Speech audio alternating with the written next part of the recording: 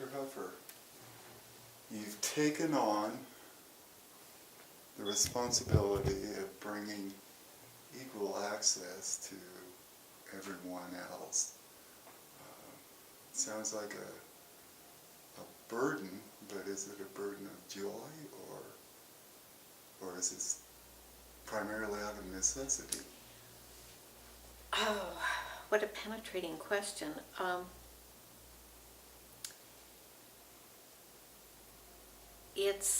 It doesn't feel like a burden. It feels like a challenge. It's something that in my private practice, I saw that people were not getting better if they were involved in the legal system. I studied it for many years, I treated it for many years, worked with people, but until 2008, when the new law came out, the Americans with Disabilities Act Amendments Act, ADAAA, I didn't have what I needed to work with the same, and now I do. The ADAAA has made a huge difference in being sure every person is mandated to have equal access when they go to court or in private services serving the public, such as lawyers. So by using this law, I really went to work. I've been consulting. I have seen great turnarounds in cases, and we educate a lot as we move around. We meaning the people I've trained. I do webinars and I train people in this as well. So about the 30 people that I've trained, written the syllabi for, etc., it quickly was driven home that we can't get it all done. We just can't be every place. We work all over the nation. We cannot meet the demand for assistance for people with invisible disabilities. So I decided to try and write a manual, to write a book, to tell what it is we do when we go out. And what we do is follow a rubric that I designed that brings all the facets needed in order to serve these people. They have to have a counseling component. When you have a diagnosis, when you are ill or injured, and you have a problem and you go to court in an adversarial system where every weakness is ferreted out to make you weaker so the other side can win, you need help to offset your impairment. Therefore, our advocates who are trained go in. They're skilled with the counseling component. They know how to help research. They know how to help guide the person. They know how to watch the person. And when that person is faltering, they know how to let the court know they need a break or they need an intervention of some kind so that it's equalized. And it's working way too slowly. But the book is out now, and for people who want to turn to the book and that we can't get to or they can't somehow use us, like afford to because it's private pay, there is no funding for helping people with invisible disabilities with communication, which they need in the court. Now I kind of went on a circle there, but if you think about it, we offer people interpreters for foreign language. We offer for domestic violence advocates that are paid for, that the person doesn't have to pay for. But there isn't for the invisible disabilities. They have to pay themselves. Therefore, sometimes it's prohibitive. So I put it in a book, hopefully for under $100, they can put it together for themselves, and that's the goal. The book is put together kind of like a series of apps, not that I'm all that technologically savvy, but so that if you're in court, you can virtually go from one chapter to another with a tag on the side and find what you're looking for quickly. So that in court, if someone violates the ADA in your behalf, you can quickly get into your manual and there is the law that you can tell the judge what was just violated. We had legal help writing the book, editors, and we've got it put together pretty well so that if you have to go on your own and you have an invisible disability, I keep saying don't go to court without it. And again, the name of the book? Unlocking Justice, thank you.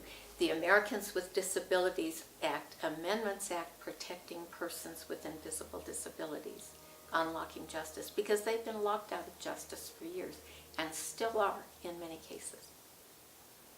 When we decided to do a series of short clips addressing various facets of persons with invisible disabilities having to go to court or be involved in the legal system, we had to go at it in a multidisciplinary way.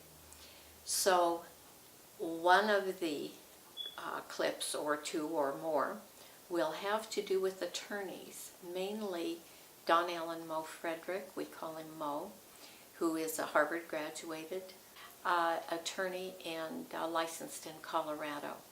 He has taken the training, he's taken my training and become an ADA advocate as well. He is a great fan of using the advocacy model in court. While he doesn't do law and advocacy combined with one client, he knows how it should work, and he'll call in an advocate when it's needed. Additionally, we needed to look into all of the military personnel coming back. How are they being advocated for? If they get accused of a crime, sometimes falsely, if they have a problem with PTSD and someone misunderstands their symptoms for them doing some kind of wrongdoing, who helps them? What we find is there are some volunteers, some people that try to help, but none are trained and certified. Again, we have established a standard of care, and that standard of care we're imparting to certified ADA advocates, who then can ensure that standard of care is carried out during the litigation or our criminal activity process. So we have advocacy needed in every court. There is no court that functions without complaint, without tremendous risk of violation of civil rights. Not one. Family court, one would think, is a warm, fuzzy place with a lot of good titles on things that they do. It is not. It is not. It's a place of great pain and sometimes great suffering for people. They must have advocacy. Very often what are called high conflict cases really are a perpetrator and a victim, a coercive controller, an abuser, and an abused person. Very often it's unclear who the children should be with, because always remember, abusers and coercive controllers look really good in court. The victim very often doesn't look so good in court. Who is the best one for the children? Usually the victim. But how does a judge know? Without an advocate being on the job, being able to help the attorneys access accommodations, interpret that disability to the court, and offset the impairments, a great deal of injustice can be done, and very, very bad outcomes for children. So every single court will be represented. We have Dr. Judith Ray, psychologist, that we interviewed, who has a great deal of experience with attachment disorder, custody problems, the alienation issues, although we don't get into parental alienation syndrome because of its lack of thorough research, but the issue of alienation is still important, and Dr. Judith Ray is very good on that. So we will be adding to this. We also have Ruth Dodson, who is a trained certified ADA advocate, and what the next tier of training is forensic disability specialist. She is trained at both levels and is working very closely with me. So she is giving us the advocate's view of what it feels like when you go into a courtroom as an advocate and you have to deal with the various problems when the mental health issue meets the court.